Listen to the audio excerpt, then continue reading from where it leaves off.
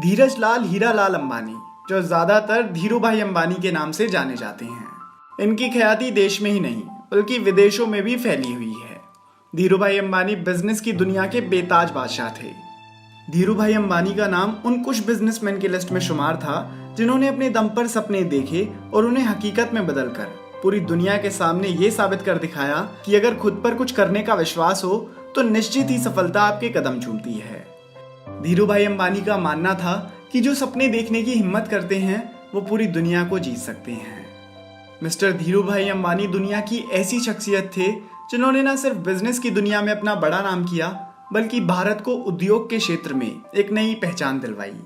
एक गरीब खानदान में पैदा हुए धीरू भाई ने बड़े बिजनेसमैन बनने के सपने देखे और अपनी कठिन मेहनत के बल पर उन्हें हकीकत में भी बदला। आइए जानते हैं भारत के सबसे सफल और बड़े बिजनेसमैन धीरू भाई अंबानी के प्रेरणादायी जीवन से जुड़ी कुछ खास बातों के बारे में। धीरू भाई अंबानी का जन्म गुजरात के जूनागढ़ के पास एक छोटे से गांव चौरवाड़ के एक साधारण शिक्षक के घर में 28 दिसंबर 1932 को हुआ था। उनकी मां जमुनाबेन एक घरेलू महिला थी और उनके पिता गोवर्धन अंबानी एक साधारण टीचर थे, जिनके लिए अपने बड़े परिवार का लालन पालन करना काफी चुनौतीपूर्ण था। वहीं उनकी नौकरी से घर खर्च के लिए भी पैसे पूरे नहीं पड़ पाते थे। ऐसे में 4 और भाई बहनों के बीच धीरू भाई अंबानी का पढ़ाई करना काफी मुश्किल था। ऐसी स्थिति में धीरू भाई अंबानी को हाई स्कूल की अपनी पढ़ाई बीच में ही छोड़नी पड़ी और अपने घर की कमजोर हालत को देखते हुए परिवार का गुजारा करने के लिए अपने पिता के साथ भजिया बेचने जैसे कुछ काम करने शुरू कर दिए। धीरू भाई अंबानी ने गुजरात की कोकिला बेन से शादी की थी, जिनसे उन्हें 2 बेटे और 2 बेटियां हुई। बेटों के नाम रहे मुकेश अंबानी और अनिल अंबानी और बेटियों के नाम रहे नीना अंबानी और दीप्ति अंबानी। धीरू भाई अंबानी ने अपने घर की आर्थिक हालत को देखते हुए सबसे पहले फल और नाश्ता बेचने का काम शुरू करा, लेकिन इसमें कुछ खास फायदा नहीं हो रहा था। इसके बाद उन्होंने गांव के पास ही एक धार्मिक और पर्यटक जगह में पकौड़े बेचने का काम शुरू कर दिया, लेकिन ये काम वहां आने जाने वाले पर्यटकों पर पूरी तरह निर्भर था, जो कि साल में कुछ समय के लिए ही चलता था। बाद में धीरू भाई को अपना ये काम मजबूरन बंद करना पड़ा। वहीं किसी भी काम में सफल ना होने की वजह से उन्होंने अपने पिता की सलाह पर एक नौकरी करनी शुरू कर दी। तमाम असफलताएं मिलने के बाद धीरू भाई अंबानी ने अपने बड़े भाई रामनीक की मदद से यमन में नौकरी करने का फैसला करा। उन्होंने शेल कंपनी के पेट्रोल पंप पर अपनी पहली नौकरी करी और करीब 2 सालों तक नौकरी करने के बाद वे अपनी कुशलता और योग्यता के बल पर मैनेजर के पद तक पहुंच गए। हालांकि वहां काम करने के दौरान भी वे हमेशा बिजनेस करने के अवसर तलाशते रहते थे। वे शुरुआत से ही बिजनेस करने का कोई भी मौका अपने हाथ से जाने नहीं देते थे। शायद उनका यही जुनून उन्हें आगे चलकर सफलता दिलाने वाला था।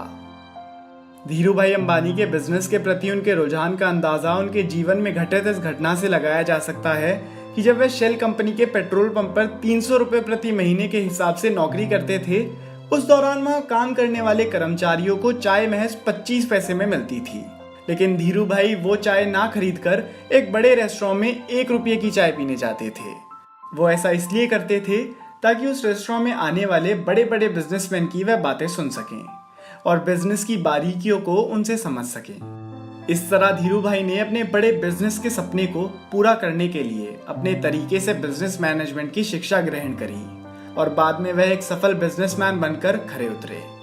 इसके अलावा धीरू भाई अंबानी के अंदर बड़े बिजनेसमैन बनने की योग्यता का अंदाजा इस बात से भी लगाया जा सकता है कि उन्होंने यमन में प्रचलित चांदी के सिक्कों की गलाई लंदन की कंपनी में करनी ये जानकर शुरू कर दी थी कि चांदी के सिक्कों का मूल्य चांदी से ज्यादा होता है। वहीं जब इस बात की खबर यमन सरकार को लगी, तब तक धीरू भाई अंबानी अच्छा खासा मुनाफा कमा चुके थे। धीरू भाई अंबानी ने अपने जीवन में तमाम संघर्षों को पार कर सफलता की असीम ऊंचाइयों को हासिल किया था। दरअसल धीरू भाई जब यमन में नौकरी कर रहे थे, उसी दौरान यमन की आजादी के लिए आंदोलन की शुरुआत हो गई। हालात इतने बिगड़ गए थे कि यमन में रह रहे भारतीयों को अपनी नौकरी छोड़नी पड़ी। ऐसे में धीरू भाई अंबानी भी अपनी नौकरी छोड़ भारत वापस लौट आए। फिर बिजनेसमैन बनने के ख्वाब संजो रहे धीरू भाई ने इंडिया में ही बिजनेस करने का फैसला कर लिया। हालांकि किसी भी बिजनेस को शुरू करने के लिए निवेश करने की बहुत जरूरत होती है, पर धीरू भाई के पास बिजनेस शुरू करने के लिए पर्याप्त रकम नहीं थी, जिसके बाद उन्होंने अपने चचेरे भाई के साथ मिलकर पॉलिएस्टर धागे और मसालों के इंपोर्ट एक्सपोर्ट के बिजनेस की शुरुआत करी। इंपोर्ट एक्सपोर्ट का बिजनेस करते हुए उन्होंने महज 15,000 रुपए की राशि के साथ रिलायंस कमर्शियल कॉरपोरेशन की शुरुआत मस्जिद बंदर के नरसिम्हा स्ट्रीट पर एक छोटे से ऑफिस से करी थी और यहीं से रिलायंस कंपनी का उदय हुआ। शुरुआती दौर में बिजनेस टाइकून धीरूभाई अंबानी का इरादा पॉलिएस्टर यार्न को इंपोर्ट करने और मसाले एक्सपोर्ट करने का था। इसके साथ ही आपको बता दूं कि रिलायंस कॉरपोरेशन का पहला ऑफिस नरसिम्हन स्ट्रीट में बना था, जो कि महज 350 स्क्वायर फीट का एक कमरा था, जिसमें सिर्फ एक टेलीफोन, एक टेबल और 3 कुर्सियां थी। शुरू में उनके पास केवल 2 सहकर्मचारी थे और उनके काम में उनकी मदद करते थे। दरअसल धीरूभाई अंबानी और चंपकलाल दमानी दोनों का स्वभाव और बिजनेस करने का तरीका एक दूसरे से बिल्कुल अलग था। इसी वजह से साल 1965 में धीरूभाई अंबानी ने चंपकलाल के साथ बिजनेस में पार्टनरशिप खत्म कर दी और अपने दम पर बिजनेस को आगे बढ़ाया। दरअसल चंपकलाल एक सतर्क व्यापारी थे और उन्हें सूत बनाने के माल में कोई इंटरेस्ट नहीं था, जबकि धीरूभाई अंबानी को रिस्क उठाने वाला व्यापारी माना जाता था। इसके बाद धीरूभाई अंबानी ने अपने सूत के व्यापार में अपनी किस्मत आजमाई और पॉजिटिव सोच के साथ अपने इस बिजनेस की शुरुआत कर दी। धीरूभाई अंबानी को पहले से ही माल की कीमत बढ़ने की उम्मीद थी और उससे उन्होंने जो मुनाफा कमाया वो उनके बिजनेस ग्रोथ के लिए काफी अच्छा था।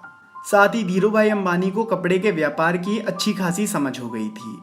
इस व्यापार में अच्छे मौके मिलने की वजह से उन्होंने 1966 में अहमदाबाद के नरोदा में एक बिजनेस मिल की शुरुआत कर दी, जहां पर कपड़ों को बनाने में पॉलिएस्टर के धागों का इस्तेमाल हुआ और फिर धीरूभाई अंबानी ने इस ब्रांड का नाम विमल रखा।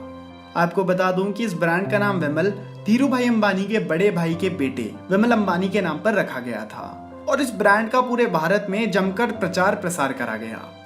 वहीं धीरे धीरे विमल ब्रांड भारत के छोटे छोटे इलाकों में भी घर घर में एक हाउसहोल्ड नाम बन गया। साल 1975 में विश्व बैंक की टेक्नीशियन टीम ने रिलायंस टेक्सटाइल्स के निर्माण का दौरा किया और उसे विकसित देशों के मानकों से भी अच्छा बताया। फिर 1980 के दशक में धीरूभाई अंबानी ने पॉलिएस्टर फिलामेंट यार्न का निर्माण करने का लाइसेंस सरकार से ले लिया और इसके बाद लगातार धीरूभाई अंबानी सफलता की सीढ़ी चढ़ते गए और उन्होंने फिर कभी अपने करियर में पीछे मुड़कर नहीं देखा। भारत में इक्विटी कल्ट की शुरुआत करने का क्रेडिट भी धीरूभाई अंबानी को ही जाता है। आपको बता दूं कि जब 1977 में रिलायंस ने आईपीओ जारी किया था, तब 58,000 से ज्यादा निवेशकों ने उसमें निवेश किया। धीरूभाई अंबानी गुजरात और दूसरे राज्यों के ग्रामीणों को हासिल करने में सफल रहे कि जो उनकी कंपनी के शेयर खरीदेगा उसे अपने निवेश पर खूब मुनाफा होगा। दुनिया के जाने माने बिजनेसमैन धीरूभाई अंबानी ने अपनी जिंदगी में रिलायंस के कारोबार का विस्तार अलग अलग क्षेत्रों में किया। आपको बता दूं कि इसमें मुख्य रूप से petrochemicals, telecommunications, information technology, energy, electricity, retail, textiles, infrastructure services, capital markets और लॉजिस्टिक्स भी शामिल हैं। वहीं अब धीरूभाई अंबानी के दोनों बेटे नए मौकों का पूरी तरह से इस्तेमाल कर रहे हैं रिलायंस इंडस्ट्री को आगे बढ़ाने के लिए। इसी तरह से धीरूभाई अंबानी ने महज चंद पैसों से इतनी विशाल रिलायंस इंडस्ट्री की शुरुआत करी थी। एक कमरे से शुरू हुई इस कंपनी में साल 2012 तक करीब 85,000 कर्मचारी काम कर रहे थे, जबकि सेंट्रल गवर्नमेंट के पूरे टैक्स में से 5% रिलायंस देती थी और 2012 में संपत्ति के हिसाब से दुनिया की 500 सबसे अमीर और विशाल कंपनियों में रिलायंस को भी शामिल किया गया था। इसके अलावा धीरूभाई अंबानी को एशिया के टॉप बिजनेसमैन की लिस्ट में शामिल किया जा चुका है। ये बात तो साफ है कि इस मुकाम तक पहुंचने के लिए धीरूभाई अंबानी ने काफी आलोचनाओं को भी झेला था। उन पर अपनी जरूरतों के हिसाब से सरकारी नीतियों को बदलवाने के भी आरोप लगे थे। यहाँ तक कि ये भी कहा गया था कि कॉम्पिटिटर्स को भी सरकारी नीतियों के सहारे से मात दे दी गई थी। लेकिन धीरूभाई अंबानी के खिलाफ एक भी इल्जाम साबित न हो सका और वे अपने लक्ष्य की तरफ आगे बढ़ते रहे। महान उद्योगपति धीरूभाई अंबानी जी को 24 जून 2002 में हार्ट अटैक की वजह से मुंबई के एक हॉस्पिटल में भर्ती करवाया गया। इसके बाद उनकी तबीयत लगातार खराब होती चली गई और 6 जुलाई साल 2002 में भारत की इस महान शख्सियत ने अपनी अंतिम सांसें ली। उनकी मृत्यु के बाद उनके व्यापार को उनके बेटे मुकेश अंबानी ने बेहद कुशलतापूर्वक संभाला। यही नहीं, आज वह भारत के सबसे धनी और विश्व के सबसे सक्सेसफुल बिजनेसमैन की लिस्ट में शुमार हैं। और मैं आपको बता देता हूँ कि धीरू भाई अंबानी को कई बड़े बड़े अवार्ड से भी सम्मानित करा गया था। व्यापार और उद्योग में उनके महत्वपूर्ण योगदान के लिए साल 2016 में उन्हें भारत के दूसरे सर्वोच्च नागरिक के रूप में पद्म विभूषण सम्मान के साथ सम्मानित करा गया। वहीं जिस तरह धीरू भाई अंबानी ने तमाम संघर्षों को झेलकर अपने जीवन में असीम सफलताएं हासिल करी और बाकी सभी के लिए उन्होंने एक मिसाल पेश करी, वो वाकई तारीफ के काबिल हैं। धीरू भाई अंबानी ने कहा था कि सपने हमेशा बड़े होने चाहिए, प्रतिबद्धता हमेशा गहरी होनी चाहिए और प्रयास हमेशा महान होने चाहिए। तो दोस्तों, ये थी